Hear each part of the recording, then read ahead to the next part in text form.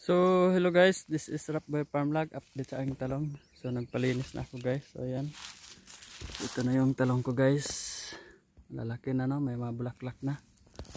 So ayan, may mga bulaklak na guys.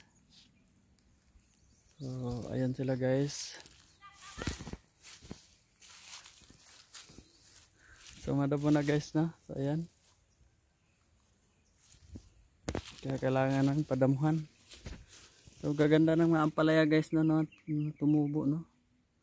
So ayan, no, dito mga tanim guys, yung mga butos dati yan, kasi ampalayahan to dati. So ito na yung na nila nadamuhan.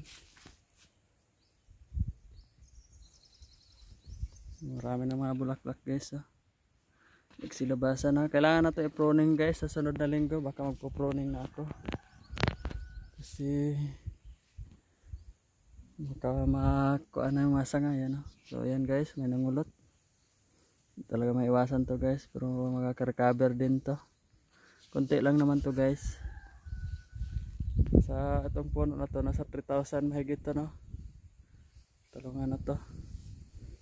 Pero yung mga nangulot nasa 10 piraso na siguro na puno. Makakapal na.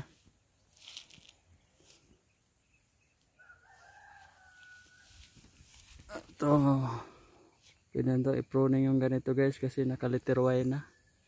Tanggalin yung mga sanga at saka dahon. Ito hanggang dito yung tatanggalin guys, no, ng mga dahon at saka sanga para malinis yung puno.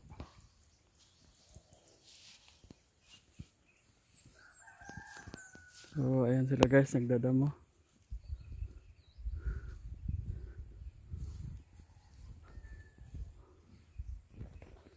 So mainit yung panahon guys, buti umulan kahapon ay kagabi, kaya yung lupa basa, oh. Timing sa panahon,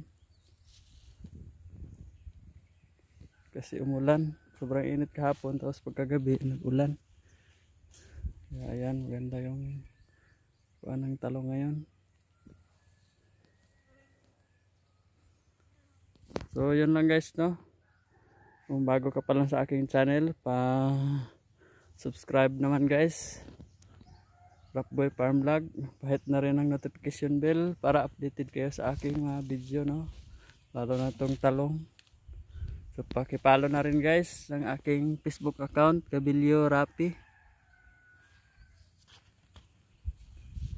Paki-share na rin guys. So thank you for watching.